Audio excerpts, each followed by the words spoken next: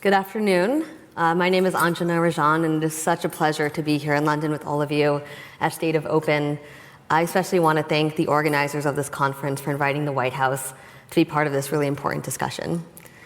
But first, I want to introduce myself. I am the Assistant National Cyber Director for Technology Security at the White House. And while these days I work on cyber policy, I am a cryptographer and an engineer by background. And in a lot of ways, I see the world of engineering and the world of policy being very similar because both require an understanding of complex systems. And cybersecurity is a mission-critical issue that affects us all. And let me tell you why. Before I joined the Office of the National Cyber Director, I was the Chief Technology Officer of one of the largest anti-human trafficking NGOs in the United States. One of our key programs was to run a national crisis hotline, which is a 24/7 emergency response service that was funded by the US government. Our hotline fields millions of calls from victims and survivors who are in highly dangerous and highly urgent crises. In December of 2021, my engineering team and I had to take our eyes off of our mission because we, along with nearly every other engineering team in the world, had to respond to the Log4Shell zero-day attack. Those initial days were, of course, really challenging because of the sheer time and resources it took to patch our systems as quickly and safely as possible. But it was actually the months afterwards that were even harder because we were just trying to grapple with how deep this vulnerability actually went. How could a piece of obscure open source logging code wreak so much havoc?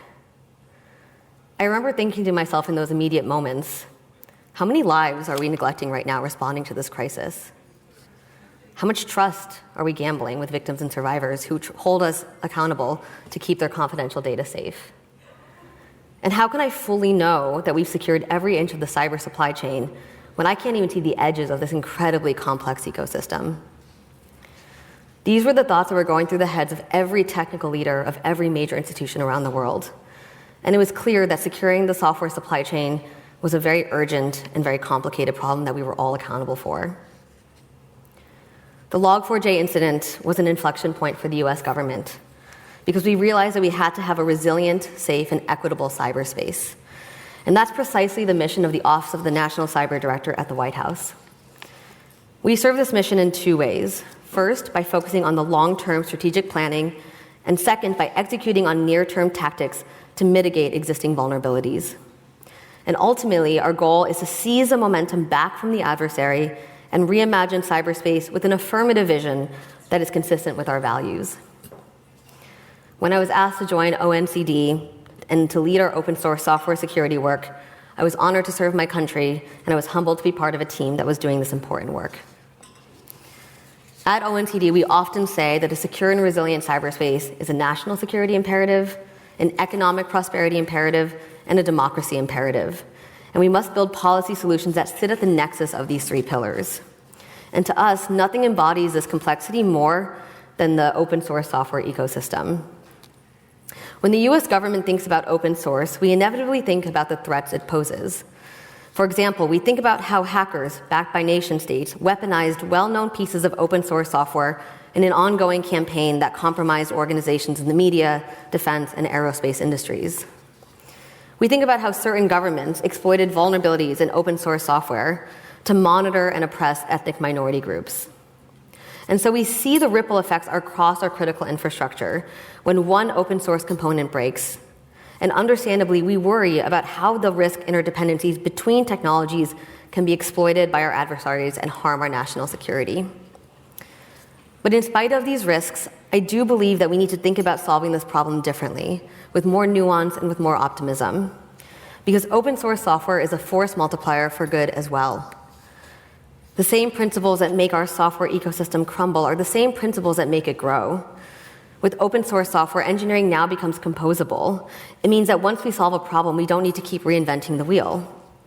It means that if a person builds product A, anyone around the world can use that to build product A plus B, which can become something even better.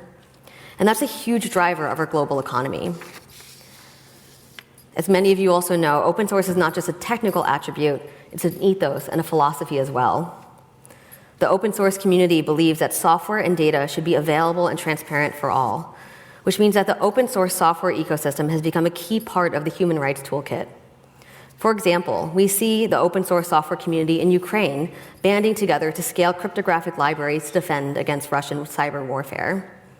We see social enterprises in the United States using open source software to increase secure internet access for underserved communities as a way of leveling the playing field. In essence, open source is a critical tool to shift power towards the stewards of democracy, and so we must defend the security, resiliency, and prosperity of this ecosystem. The Biden-Harris administration understands this critical mission. Within the first 6 months of our administration, the President signed Executive Order 14028, entitled Improving the Nation's Cybersecurity. This particular executive order emphasized for the first time that vulnerabilities in the nation's cybersecurity are not just limited to phishing attacks and data theft, but include upstream supply chain risks, including the integrity and provenance of open source software. 6 months after this prescient executive order was signed, the Log4Shell zero-day attack occurred. Cybersecurity experts have described Log4Shell as, quote, a near-apocalyptic zero-day event, end quote, and is considered one of the most serious open source vulnerabilities of all time. In response to this executive order, the White House convened the open source software community to discuss initiatives to improve the security of the open source software ecosystem and new ways to collaborate that could rapidly drive improvements. Following that executive summit, Chris Inglis, our U.S. National Cyber Director, called upon the executive branch to join together to form an interagency working group called the Open Source Software Security Initiative, which I now co-lead. The goal of the Open Source Software Security Initiative, also known as OS3I, has a goal to convene public and private entities across the open source ecosystem to deliver policy solutions that will secure and defend this important part of the digital ecosystem. Our OS3I team spent 2022 identifying 4 major risks to the open source software ecosystem. First, open source developers have complex and opaque incentives that affect whether and how they prioritize security. Second, the organizations that aggregate and distribute most open source software face challenges in driving and enforcing modern security practices. And third, there is low-quality data about software vulnerabilities that limits our ability to mitigate them in open source software. Now, I'll pause here and say that it's worth noting that the US government has already been making significant strides to address these challenges. Our partners at the Cybersecurity and Infrastructure Security Agency, CISA, for example, are leading the way on the development and adoption of software bill of materials, also known as SBOMs. Our partners at the National Security Agency have been engaging the private sector through their Enduring Security Framework. And our partners at the National Science Foundation and the National Institutes of Standards and Technology have long been considering the risks and opportunities in the open source ecosystem. The fourth risk driver that the OS3I identified is that memory-unsafe programming languages are a leading and underinvested cause of much of the world's software vulnerabilities. And this was something that really caught our attention and something I want to talk to you all about today. So what exactly is memory unsafety? Memory unsafety describes the underlying property of a programming language that allows programmers to introduce certain types of cybersecurity bugs that affect how memory is used both spatially and temporally. There are a few memory-safe languages that appear quite prominently in our critical systems, and those are C and C++. There are many types of memory safety errors, but let me give you a very simple example. Let's say I had a list of 10 items, and I wrote a program that called upon the 11th item. We would reasonably assume that the program would return an error because that item doesn't exist. But in a memory-unsafe language, the error check doesn't happen by default. And what happens instead is that it will return whatever value is currently stored in memory. So that means that you can accidentally read data that you shouldn't see, you can write data you shouldn't change, and you can access deleted data that shouldn't be available. And when you think about this at scale, that's a pretty catastrophic situation from a cybersecurity perspective.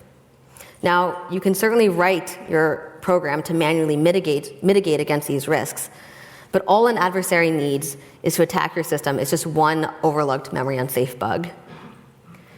This problem is daunting because so much of our critical software, especially in the government, is written in C and C++. And this just doesn't include open source software, this includes proprietary software too. Many of the big security vulnerabilities we've seen in the last few years are caused by memory unsafety. the Slammer worm denial of service attack from 2003, the Heartbleed vulnerability from 2014, and the WannaCry ransomware attack of 2017, just to name a few. Solving this problem will not be easy, but I have a few reasons to feel optimistic. The first reason I'm optimistic is because the technical solutions already exist. There are many memory-safe languages all across the tech stack that we can and should be using instead. If you're building an operating system kernel, use Rust. If you're building a network server, use Go. If you're a data scientist, use Python. If you're building an iPhone app, use Swift. We should be advocating for the developer community to shift to these other languages as soon as possible.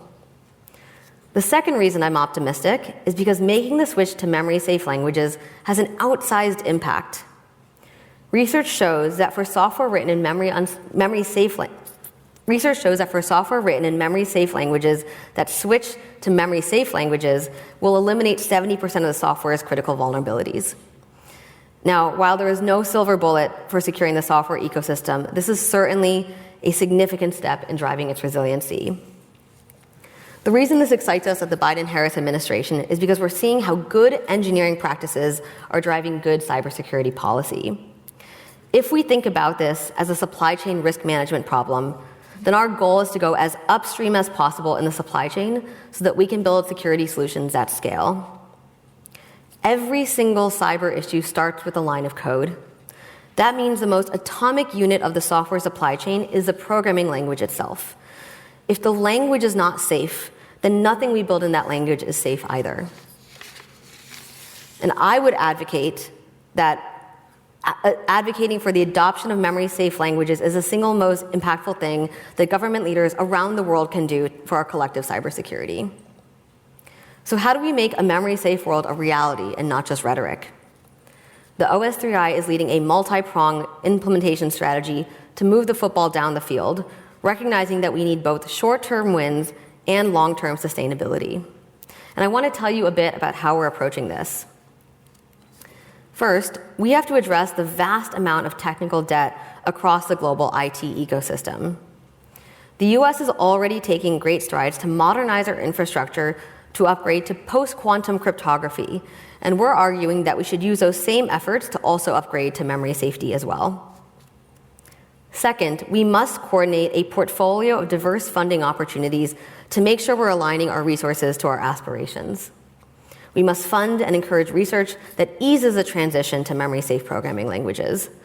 We must audit cryptographic modules that ensure that they are memory safe. And we must work with philanthropies to invest in critical nonprofits that operate and contribute to the open source ecosystem for the long haul. Third, we must work with the core infrastructure providers in the open source ecosystem, including the package managers, the code repositories, and other core open source projects, to identify public commitments on concrete security improvements that can be implemented centrally. These are things that include SBOM integration, multi-factor authentication, package signing, and improved monitoring for vulnerabilities against adversarial activity.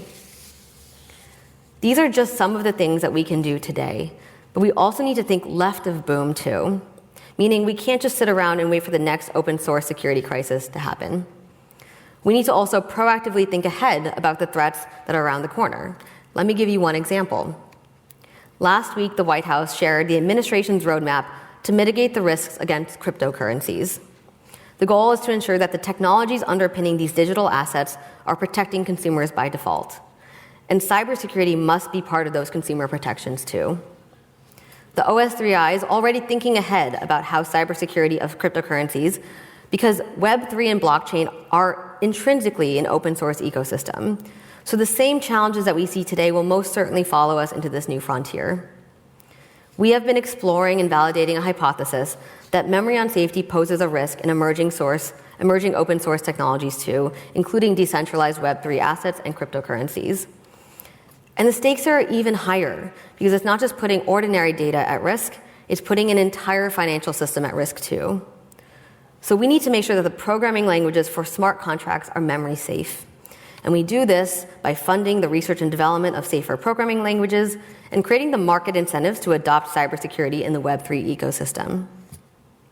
Another preventative left-of-boom approach that we must take is developing and educating the workforce, because people are the ones driving this ecosystem.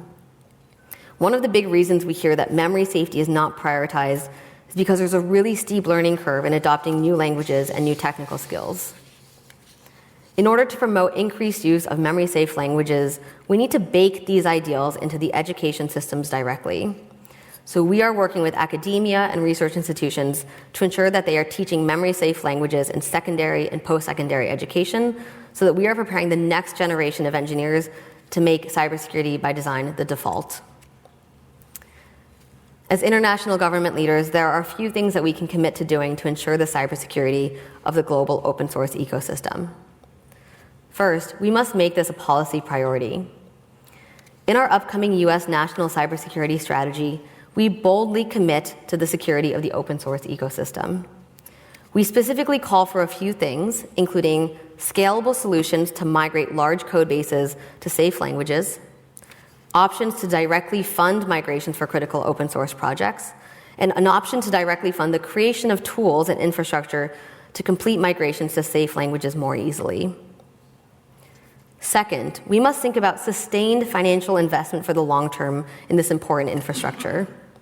In November of 2021, President Biden signed the Bipartisan Infrastructure Law, which includes open source software as a key area of focus for funding. And finally, and perhaps most importantly, we must engage directly with the open source community.